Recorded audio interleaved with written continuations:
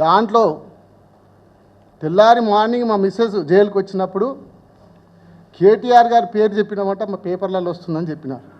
అప్పటి వరకు నాకు తెలియదు కేటీఆర్ గారి పేరు రాసి రిమాండ్ రిపోర్ట్లో పెట్టి జడ్జికి సబ్మిట్ చేసిరంటే ఎంత కుట్ర జరుగుతుందో ప్రభుత్వం పోలీసులు కలిసి.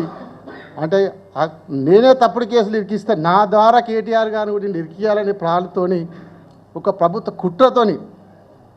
ఎందుకంటే 6 గ్యారెంటీలు ఇచ్చిండు, ప్రజలకు హామీలు ఇచ్చిండు, అవి చెయ్యే చేత కాదు. రేవంత్ రెడ్డికి మాటలు తప్ప చేతలు ఉండయి. కొడంగల్ ప్రజలకు తెలుసు, నాకు తెలుసు, 10 ఏళ్ళ నుంచి చూస్తున్నాం. ఒట్టి మాటలే, చేతలు ఉండయి. మళ్ళీ ఆ చేతలలో అన్ని మాటలు ఇచ్చి చేతలు చెప్పిండు కాబట్టి ప్రజలను మోసం చేసిండు కాబట్టి ప్రజలను డైవర్ట్ చేయడానికినే ఒక్కొక్క కేసు పెడతా ఉంటాడు. ఈరోజు చూసినారు, నాకు ఇప్పుడే బెయిల్ వస్తుంది, ఒక పక్క మళ్ళీ కేటీఆర్ గారి మీద కేసు పెట్టి అది డైవర్ట్ చేయాలి. మళ్ళీ ఇది ఒక 6 నెలలు గడపాలి. ఇట్లా గడుపుకుంటూ ప్రజలకు మోసం చేసుకుంటూ ఇచ్చిన గ్యారంటీ ఒక్కటి కూడా అమలు చేయకుండా ముఖ్యమంత్రి ప్రజలను మోసం చేస్తూ ఉన్నాడు, రైతులను మోసం చేస్తూ ఉన్నాడు. నేను ముఖ్యమంత్రికి ఛాలెంజ్ చేసి చెప్తున్నా, సొంత నియోజకవర్గం, నేను కూడా ఎమ్మెల్యే ఉన్నా, నువ్వు కూడా ఇప్పుడు ప్రజెంట్ ఎమ్మెల్యే ఉన్నావు. కొడంగల్ నియోజకవర్గంలో ఒక పెద్ద గ్రామం తీసుకుందాం. రుద్వారము, అంగడరాయచూరు, దొరేపల్లిలో భూనీడు ఉన్నది. ఆ గ్రామంలో గ్రామసభ పెడదాం, నేను పక్క కూర్చుంటా. గ్రామసభ పెట్టు, నీవు ఇచ్చిన పథకాలు ఏవేమి ఎవరెవరికి వచ్చినాయో నువ్వే గ్రామసభలు అడిగి తెలుసుకో. ఎంతమందికి రుణమాఫీ అయింది, ఎంతమందికి 500 గ్యాస్ సిలిండర్ వచ్చింది, ఎంతమందికి మీకు 200 ఫ్రీ కరెంట్ వచ్చిందో గ్రామసభ పెట్టి తెలుసుకుందాం.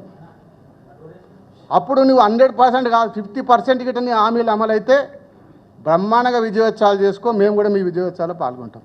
50% అమలైతే ఛాలెంజ్ చేస్తున్నారు రేవంత్ రెడ్డి. దీనికి ఛాలెంజ్ సవాల్ తీసుకో. కొడంగల్ గ్రామసభ పెట్టి ఎప్పుడు పెడతావో చెప్పు, నేను వస్తా. ఏ గ్రామంలో పెడతావు? మీ సొంత కాన్స్టిట్యూన్సీలో పెడదాం. అక్రమంగా రేవంత్ రెడ్డి సోదరుడు తిరుపతి రెడ్డి కాంగ్రెస్ గుండాలతోని అధికారులపై దాడి చేయించిండు. దాడి చేయించి రైతులు భూములు ఇస్తలేదని చెప్పి కక్షగట్టి దాడి చేయించి అదే రోజు రాత్రి 1 గంట కరెంటు బంద్ చేసి నెట్ బంద్ చేసి గ్రామంలో పోలీసులను, రిజర్వ్ పోలీసు పంపి ఇంటింటికి డోరు కొట్టి ప్రతి మహిళలను, ప్రతి పిల్లలను, ప్రతి రైతును 3 గంటల రాత్రి వరకు కొట్టారు. అందరిని దారుణంగా 3 గంటల రాత్రి వరకు కొట్టి 6 గంటలకు తీసుకుపోయి పరిగి పోలీస్ స్టేషన్లో పెట్టారు. అందులో 30 మంది కాంగ్రెస్ నాయకులు ఉన్నారు, వీడియోలు ఉన్నాయి. 2-3 రోజుల లోపల మీకు వీడియోలు కూడా ప్రదర్శిస్తా. వాళ్ళని ఎందుకు అరెస్ట్ చేయాలో సమాధానం చెప్పాలి. వాళ్ళని ఎందుకు తప్పించుండు కేసులకి వెళ్ళి? పరిగి పోలీస్ స్టేషన్ పోయినాక వాళ్ళని తప్పించినారు అక్కడికి వెళ్ళి.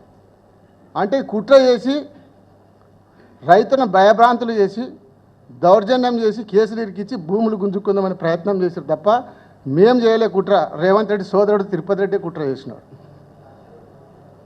ఇలాంటి తప్పుడు కేసులకు ఎవరు భయపడం? ఎన్ని కేసులు పెట్టినా జైలు అధికారులకు చెప్పినా, సార్ ఈ రేవంత్ రెడ్డి ముఖ్యమంత్రి ఉన్న రోజులు ఇంక ఎన్నిసార్లు వచ్చేది మాకు తెలియదు, మేము మళ్ళీ ఎప్పుడు వచ్చేది చెప్పము అని రైతు జైలు అధికారులకు కూడా చెప్పొచ్చిన వచ్చేటప్పుడు. కాబట్టి ఎన్ని కేసులు పెట్టినా భయపడం. కొడంగల్ నుంచే రేవంత్ రెడ్డి పతనం స్టార్ట్ చేస్తా. కాబట్టి కేసులకు ముందు తప్పుడు కేసులు బాన్ చేసి ప్రజల మీద దృష్టి పెట్టండి, ప్రజలకు ఇచ్చిన హామీల మీద దృష్టి పెట్టండి. 6 గ్యారెంటీలు అమలు చేసి చూపియండి. నీ ముఖ్యమంత్రి చేతనైతే నీకు ఆ పని చేయండి. కానీ ప్రతిపక్ష నాయకుల మీద కేసులు పెట్టడం, కార్యకర్తల మీద కేసులు పెట్టడం, సోషల్ మీడియా మీద కేసు పెట్టడం, ఇదే పని తప్ప వేరే పని లేదు నీకు. ఇప్పటికైనా బుద్ధి తెచ్చుకొని ప్రజల పాలన మీద దృష్టి పెట్టాలని తెలియజేసుకుంటున్నాను.